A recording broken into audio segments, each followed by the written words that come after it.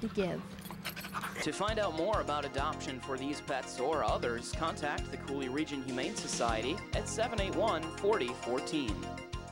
And welcome back to Sportscene. The number for the Cooley Region Humane Society was 781-4014. Up next, we got a little odds and ends segment here to wrap up the show and to figure out who our winner will be. The New Orleans Saints actually have been in the news recently after being accused of paying players bounties in exchange for accomplishments on the field, including injuring players. Saints head coach Jon Payne and other team officials were issued suspensions for the upcoming season. Payne and those other officials will be attempting to appeal these suspensions this week. So, Callie, what do you think about the Saints' bounties? I don't agree with the bounties at all, but I think what the Saints head people are trying to do here is to get some clarity on what their fines and suspensions actually entail. I mean, what Jon Payne can and cannot do over the season, as he is the head coach, but is being suspended for the year. I do not see Roger Goodell or the NFL coming down on any of the things that they penalize the Saints with, and also they are also going to look at the players and how they are going to be affected throughout all this. I agree. I think the bounties obviously are bad, but they make it interesting, I guess, that people are looking for those big hits. I don't agree with like the money issue there. I also don't agree that Jon Payne should have a 1-year suspension. Obviously, that's ridiculous. And, but he knew about it. Like, I know. I understand he let it happen. I guess he it. was like, oh, okay, let it happen behind the scenes. But I just 1 whole year seems a little ridiculous. Got to set a precedent. I think it was without pay. I'm pretty sure we suspended. Yeah. I think you can do without pay for a year. Right, but what I really don't like though is that Bill Parcells might be coming back to be an interim coach, which I think is ridiculous because he's about to be 71.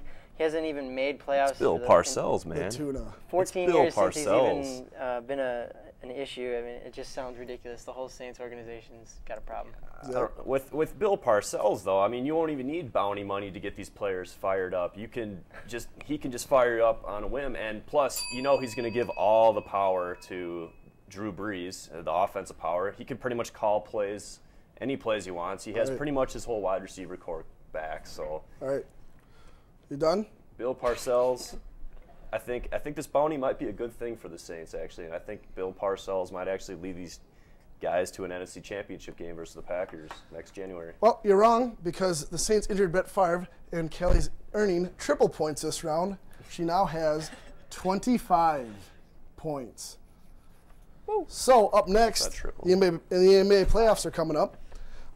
Kevin Durant and the Oklahoma City Thunder are shaping up to be the #1 seed in the West, while Derrick Rose and the Bulls are expected to be the #1 seed in the East.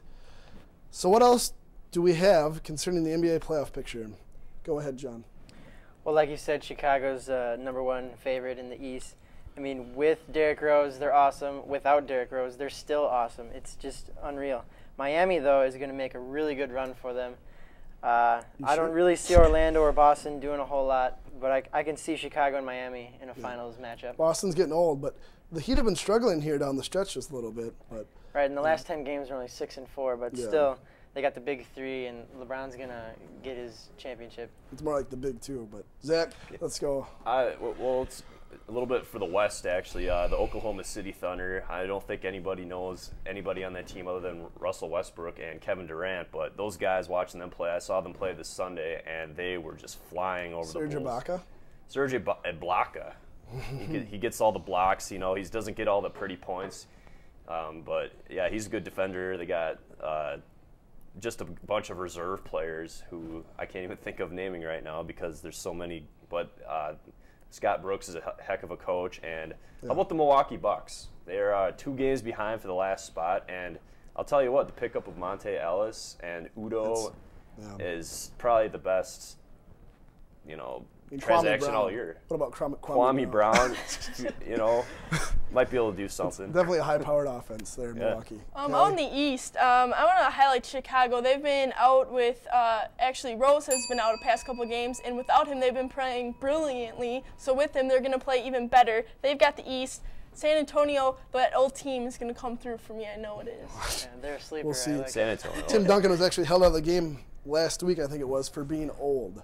So, Zach, I like your argument there for the Thunder. I like it a lot. Now, you currently have 20 points. You're still in the game, baby. You're still in the game. There we go. All right, up next, Ryan Leaf has been arrested 3 times since 2009, the same amount of years he played in the NFL. Leaf is facing charges of burglary, theft, and 2 counts of criminal possession of dangerous drugs. He also is being detained on probation and cannot be released from jail. Leaf is accused of burglarizing an acquaintance's home to obtain prescription painkillers. Zach, actually, what do you have concerning Ryan Leaf? You know, it's kind of sad that he had to be the biggest draft bust of all time, and now that he might actually have the biggest drug bust of all time.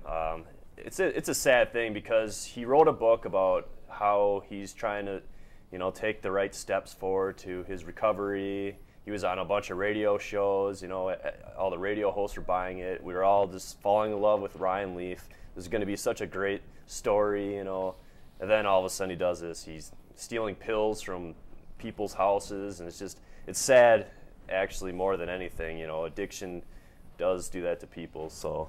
Yeah, when I first started reading this story, I thought, man, this guy's an idiot. He could be coaching somewhere, doing great things. And then I kept reading on in the story, and this isn't the first time this has happened with him. In 2009, when he was quarterbacks coach in a D2 system, this happened to him again, and he was arrested for over-the-counter prescription drugs. Yep. They searched his home, and they found over 1,000 pills that he had gotten in like an 8-month span. And so for me, at first I was confused, and now I kind of feel bad for the guy. It's a sad story. He really needs some help. My biggest question was, what is he doing in Montana? He's in Great Falls, Montana, stealing pills. Like, how far has he fallen? That was my biggest issue with this. Like 1,000 pills within 8 months from pharmacies, and from people's houses he's stealing them. This is just sad. Yeah. Well, that's it for our game, as Callie won it here. She pulled on my heartstrings a little bit with the Ryan Leaf comment. So, Jon, you're dead. Zach, you're dead. Callie's the winner. So, and she will be awarded FaceTime to talk about whatever her little heart desires. So this week for FaceTime, I would like to congratulate JP Takoto. I'm an Omni Falls graduate. I'm from my alma mater. This weekend in the American Family Insurance, he was awarded the Slam Dunk Champion for his class. This guy is going to be a Tar Heel next year, and you guys need to watch out for him. This kid just floats into the air. He was throwing down some windmills, some 360s. It's ridiculous. I've seen it in person. Watch out for him next year. JP Takoto, he's a kid to look for. Tar Heels. It's pretty cool. He went to your high school? Yeah, yes. That is pretty cool. I've been personally dunked on by him. He's good. Yes. I hope you Open gyms undercut and him. stuff. Did you undercut him? No, I actually felt kind of privileged. I knew he was going to be famous. So. You guys play one-on-one against each other ever? Yep. The guys' team would go up against the girls' team, and he would always just have his way. Really? You wouldn't take it easy on the girls? Look silly. We would have like open gyms, and he lined up his whole family one time from the free throw line and dunked over all of them. It was the sickest thing I've ever seen. Yeah, he's got some younger brothers and sisters, but the oldest person was about my height and just threw down over him. This is open gym. This is outrageous. Just open gym. Free entertainment. And now he'll be going to Roy Williams. Yep. In the NC Tar Heels. It should be interesting to see him play there. I don't know how he'll set with the team. He's a guard now. He's about 6'4", around there. Just outside shooting. Since playing in our division, he was always low. Just could dominate underneath. So it should be interesting to see his outside game when he gets to play with the big guys. For sure. For sure. Yeah. All right. Well, thank you for watching Sportscene this week. Stay tuned. This Thursday, we'll have Week in Review, our weekly news program here at WMCM. But until next time, thank you for watching.